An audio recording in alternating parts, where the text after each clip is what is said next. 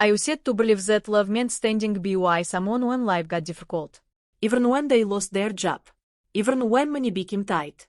Even when everyone around you told you that you were making a mistake. That was exactly what I told myself when my husband, Daniel, became unemployed. I told myself he was going through a difficult phase. I told myself he would find another job. And most importantly, I told myself that marriage meant supporting each other. But my mother saw something I refused to see. One evening, while we were having coffee in my kitchen, she looked at me and quietly said, "Sweetheart, he isn't just struggling. He's testing how much you tolerate." I laughed. "Mom, is my husband is having a hard time?" She shook her head. "No. He's learning that if he pushes you far enough, you'll keep paying for everything and making excuses for him." Her words irritated me. I didn't want to hear them. Because somewhere deep inside, I was afraid she might be right. Daniel had been unemployed for almost 8 months. At first, he was constantly searching for work. He sent applications. He attended interviews. He complained about rejection after rejection. And I understood. I paid the rent. I covered the groceries. I paid the electricity bill. I even started paying for things that Daniel had always paid for before. I didn't complain. At least, not at first. But slowly, something changed. Daniel stopped looking for work as seriously as he used to. He slept late. He spent hours playing games. And whenever I asked about job applications, it became annoyed. "I'm doing what I can," it say. But I was beginning to notice that what I can seemed to mean less and less every day. One Friday evening, I came home exhausted after working a 10-hour shift. I walked into the apartment and found Daniel sitting on the couch, watching television. He didn't even look up. I said, "Hey." I put my bag down. "Did you send that application to the company you told me about?" He sighed. "Can we not talk about jobs tonight?" I stared at him. "Daniel, when can we talk about IT?" Tomorrow. Yes, tomorrow. That night, I barely slept.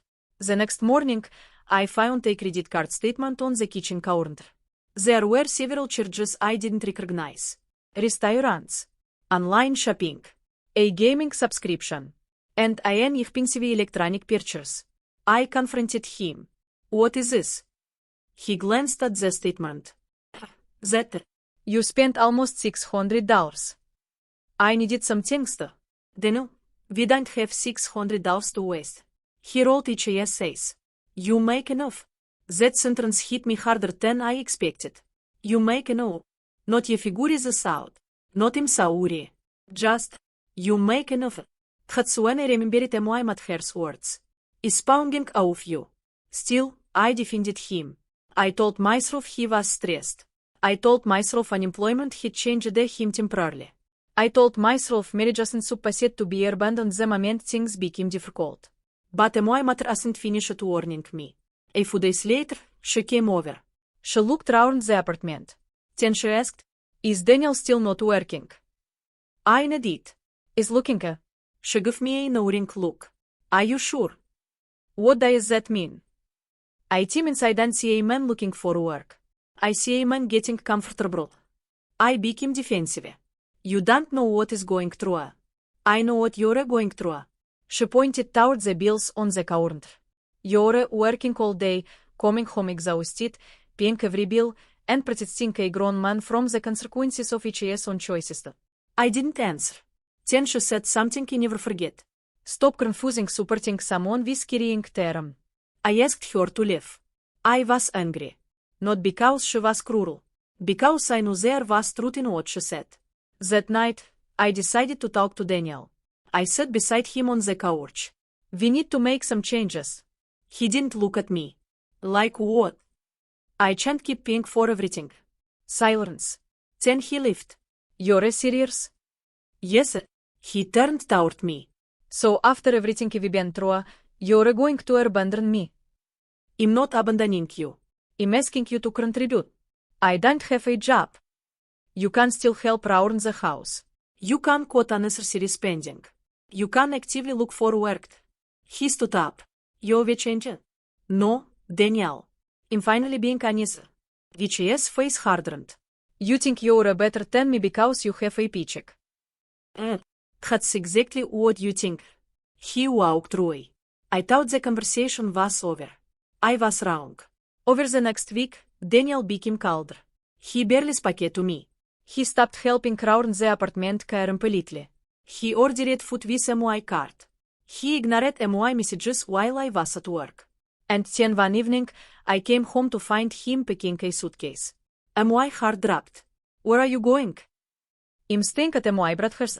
WHI. Because apparently I'm a burden. I didn't know what to say. Then he turned toward me. You've been talking to your mother about me, haven't you? I froze. How did you? She hates me.